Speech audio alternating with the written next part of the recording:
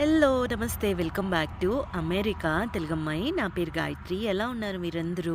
నేనైతే చాలా బాగున్నానండి. ఈరోజు వచ్చేసి నా బ్యాక్ యార్డ్లో మీకు ఒక మొక్క చూపించబోతున్నాను.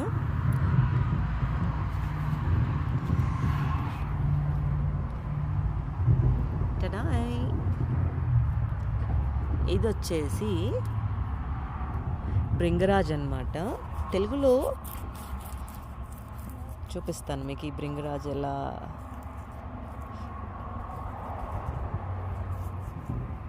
తెలుగులో దీని పేరు నాకు అంత గుర్తు రావట్లేదు.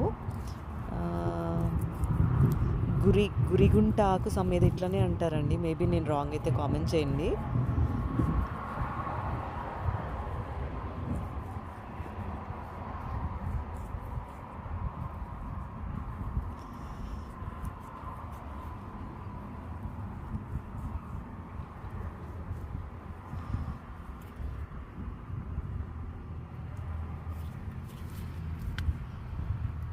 మీకు ఇంకొక 2 ఆకులు తీసుకొని చూపిస్తాను.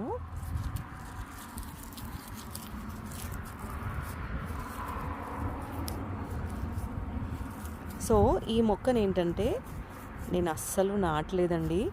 ఈ మొక్క నా బ్యాక్ యార్డ్లో ఎలా ప్రత్యక్షమైందో నాకైతే అస్సలు తెలీదు. నేను అసలు ఈ మొక్కని ఎప్పటి నుంచో కొనాలని చూస్తున్నాను అనమాట, ఈ భృంగరాజ్ మొక్కని. సో ఫైనల్గా నేను ఒక రోజు నా బ్యాక్ యార్డ్లో మింట్కి వస్తుంటే ఈ మొక్క కనిపించింది. దానికంటే ముందు ఇదే భృంగరాజ్ మొక్క అని నాకు ఎలా తెలుసు అంటే, నేను పొన్నగంటి ఆకు గురించి వీడియోస్ చూస్తున్నాను అనమాట. ఏది అసలైన పొన్నగంటి ఆకు అనేసి చాలా చూసాను అనమాట. ఈవెన్ గూగుల్లో కూడా సెర్చ్ చేశాను.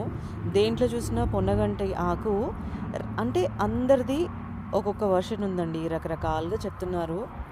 ఇదే పొన్నగంటి ఆకు, ఎవరి దగ్గర ఏ ఆకు ఉంటే అదే పొన్నగంటి అని చెప్తున్నారు. యాక్చువల్ పొన్నగంటి ఆకు ఏదో నాకు కూడా తెలీదు. సో దానికంటే ముందు ఆ ఆకు గురించి చూస్తున్నప్పుడు నాకు ఈ ఆకు కనిపించిందనమాట, భృంగరాజు మొక్క. సో మళ్ళీ దీనికి పొన్నగంటి ఆకుకి డిఫరెన్స్ అలా చూస్తున్నప్పుడు ఇదిగోండి ఇలా నల్లగా అవుతుందన్నమాట. ఇది ఇలా చేస్తున్నప్పుడు ఇలా నలిమేస్తే ఇది నేను హెన్నా ఎప్పటి నుంచో పెట్టుకుంటాను తలకి. అది పెట్టుకున్నప్పుడు స్టార్టింగ్ డేస్లో నేను హెన్నా ఒకటి, మందారం పువ్వు ఒకటి, మందారం పువ్వు powder, henna powder, Bhringraj powder, Amla powder ఇవన్నీ మిక్స్ చేసి నేను తలకి పెట్టుకుంటుండే. అసలు జుట్టు అయితే నల్లగా ఒత్తుగా ఉందండి. నా జుట్టు చాలా చక్కగా ఉండేదన్నమాట. అవన్నీ అప్లై చేయడానికి ముందు నాది రాగి జుట్టు అంటారు కదా, నా హెయిర్ చాలా కాపర్ కలర్లో ఉండేది. ఇవన్నీ రాసాక ఏంటంటే జుట్టు చాలా నల్లగా అవ్వడము, ఒత్తుగా, అసలు చాలా అంటే చాలా నల్లగా అయింది. సో మధ్యలో నేను ఇంకా బయటికి వచ్చిన తర్వాత, అంటే ఇలా యూఎస్కి వచ్చిన తర్వాత ఈ భృంగరాజ్ పౌడర్, ఈ మొక్క ఇలాంటివన్నీ ఇంకా దొరకలేదు. ఎప్పుడైనా ఇండియా నుంచి వచ్చినప్పుడు తెప్పించుకోవడము, ఇండియా నుంచి ఎవరైనా వస్తే అలా తెప్పించుకోవడమే జరిగిందనమాట. చూడండి ఇలా ఎంత నల్లగా అవుతుంది. ఇది గోర్లల్లో వెళ్ళింది ఇదంతా. సో ఫైనల్లీ వన్ డే నా బ్యాక్ యార్డ్లో ఇది ఇలా ప్రత్యక్షం అవుతుందని నేను ఎప్పుడూ ఊహించలేదు. కానీ ఐమ్ వెరీ హ్యాపీ ఈ మొక్కను చూసి. సో భృంగరాజుకి ఇది చూడండి, ఇది ఇలా ఉంటుందండి. దీని విత్తనాలు ఇలా ఉంటాయి. ఇది డేజీ లాగా కనిపిస్తుంది అనమాట. ఇవన్నీ విత్తనాలు. ఇది ఫ్లవర్ వచ్చిన తర్వాత పైన తెల్ల రెక్కలన్నీ రాలిపోయి ఇలా ఉంటాయి. ఇవి నల్లగా తయారవుతాయి అన్నమాట. దీని పువ్వు చూపిస్తాను మీకు ఎలా ఉంటుందో. ఇదిగోండి విత్తనాలన్నీ పడిపోయాయి. పువ్వు వెతుకుతున్నాం మీకోసం. ఇక్కడ ఉంది చూడండి, పువ్వు ఇలా ఉంటుంది. చూసారా? నేను ఇక్కడ యుఎస్లో ఈ మొక్క కొనాలని చూశానమాట. చాలా చోట్ల ఫేస్బుక్లో అమ్ముతూ ఉంటారు. కాకపోతే ఏంటంటే ఆ మొక్క కొనుక్కోవాలి అంటే నేను ఒక 1.5 అవర్ జర్నీ చేయాలన్నమాట. ఎక్కడెక్కడో దూరంగా ఉంటారు కదండి. సో అంత దూరం ట్రావెల్ చేయలేక, సరేలే చుట్టుపక్కల ఎప్పుడైనా ఎవరైనా అమ్ముకుపోతారా, లేకపోతే నేను కొనకపోతానా అనేసి అలా చూశాను. సో ఒకరోజు నా బ్యాక్‌యార్డ్‌లో ఈ మొక్క ఇలా కనిపించేసరికి నాకెంత ఆశ్చర్యం వేసిందంటే, సో పొన్నగంటి ఆకు కోసం చూస్తున్నప్పుడు ఈ మొక్క ఇలా ఉంటదని నేను ఇట్లా యూట్యూబ్ వీడియోస్‌లోనే చూసాను. అలా ఈ మొక్కని గుర్తుపట్టి ఈ ఆకులను తెంచి ఇలా చేతి పైన వేస్తే ఇలా నల్లగా అయిందనమాట. అసల నా సంతోషానికి అవధులు లేవు. ఇది ఎలా పెరిగిందో తెలీదు. ఇవన్నీ కాదండి, ఇక్కడ అమెరికాలో బోలెడన్ని మొక్కలు అలా పెరిగేస్తూ ఉంటాయి. అవన్నీ నేను చిన్నప్పుడు ఇండియాలో చూసిన మొక్కలనమాట. సో అవన్నీ ఇక్కడ లోకల్ ప్లాంట్స్ అని నాకు తర్వాత రియలైజ్ అయ్యాను. సేమ్ అవే ప్లాంట్స్ మన ఇండియాలో కూడా ఉన్నాయి. నేను అన్ని సంవత్సరాలు అవి అంటే మన దేశానికి సంబంధించిన మొక్కలే, ఇక్కడివి కావు అని అనుకుంటుండే. కానీ ఇక్కడ కూడా ఇవన్నీ చాలా పెరుగుతాయని ఆ విషయం నాకు అర్థమైంది.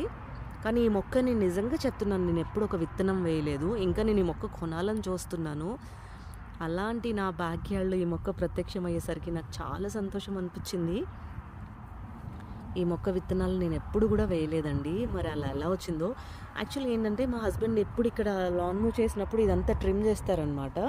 అది పెరగకుండానే చాలా కొట్టేస్తూ ఉండేవాళ్ళేమో. ఇప్పుడు ఏంటంటే ఇక్కడంతా ఈ కూరగాయ మొక్కలు పెరగడం చేత ఈ మొక్కని అలా ట్రిమ్ చేయకుండా అలా వదిలేసినట్లున్నారు. సో అలా అన్ని మొక్కలతో పాటు ఇది పెరిగిపోయింది. ఇంకొకటి ఏంటంటే నా బ్యాక్‌యార్డ్‌లో ఏమైనా ఇలా వీడని పెరిగిందనుకోండి, అవన్నీ చూస్తాను. ఆ మొక్కలు ఏంటివి, అవి పనికొస్తాయా అని అన్నీ గూగుల్ కూడా చేస్తూ ఉంటానన్నమాట. సో అలా చూస్తూ దొరికిన మొక్క ఇది. ఫుల్ సంతోషం అనిపించింది. దీన్ని నేను హెన్నాలో కూడా వాడేసానండి. చాలా బాగా అనిపించింది. జుట్టు మాత్రం భలే బాగుంటుందండి ఇది వాడితే. సో ఇది ఇలా ఉంటుంది. పువ్వు వచ్చిపోయిన తర్వాత ఇలాగా ఉంటుంది. పువ్వేమో ఇలా ఉంటుంది. మధ్యాహ్నం 3:30కి గ్రాసరీ స్టోర్కి అయితే వచ్చేసాను. న్యూయార్క్ ట్రిప్ తర్వాత బ్యాక్ టు బ్యాక్ పనిలో పడి అసలు షాపింగే చేయట్లేదన్నమాట. సో ఫైనల్లీ ఈరోజైతే గ్రాసరీ స్టోర్కి రావటం జరిగింది. మా ఇంటి చుట్టుపక్కల కూడా గ్రాసరీ స్టోర్స్ ఉన్నాయండి. ఏమైనా కూరగాయలు కావాలి అంటే అప్పటికప్పుడు తీసుకొచ్చేస్తాను. కానీ నెలకి సరిపడా కావాలి అంటే పెద్ద గ్రాసరీ స్టోర్కి వచ్చేసి ఒక 1 మంత్కి సరిపడా గ్రాసరీస్ అన్నీ కొనుక్కొని వెళ్తాను. పప్పు, ఉప్పులు, బియ్యాలు అన్నీ పెద్ద పెద్ద ప్యాకెట్స్ కొనుక్కొని వెళ్తానన్నమాట. సో అదే షాపింగ్ అయితే చేస్తూ ఉన్నాను. అందులో మళ్ళీ ఇప్పుడు ఎండ ఒక 38 నుంచి 40 డిగ్రీల ఎండ ఈ 3 రోజుల్లో ఉండబోతుంది. సో మళ్ళీ ఎండలో ఇంకా ఓపిక ఉండదు. అందులో టెక్సస్లో ఎండలు అయితే అసలు స్కిన్ అంతా కాలిపోతుందన్నమాట. అంత విపరీతమైన ఎండలు ఉంటాయి. సో దాని బదులు వెళ్ళకపోవడమే నయం అన్నట్లు ఉంటుంది. సో సరే, ఇంకా శ్రావణ మాసం కూడా స్టార్ట్ అవుతుంది కదా అనేసి షాపింగ్ అయితే వచ్చేసాము. అందులో వీక్ డేస్ కాబట్టి ఇంకా జనాలు ఎవరూ లేరు. ఇంకొక గంట అర్ధగంట లోపల ఇంకా జనాలంతా బాగా వచ్చేస్తారనమాట. జనాలు లేనప్పుడు షాపింగ్ చేయాలంటే చాలా హాయిగా ఉంటుంది. పీస్ఫుల్గా చేసేసుకోవచ్చు షాపింగ్ అయితే.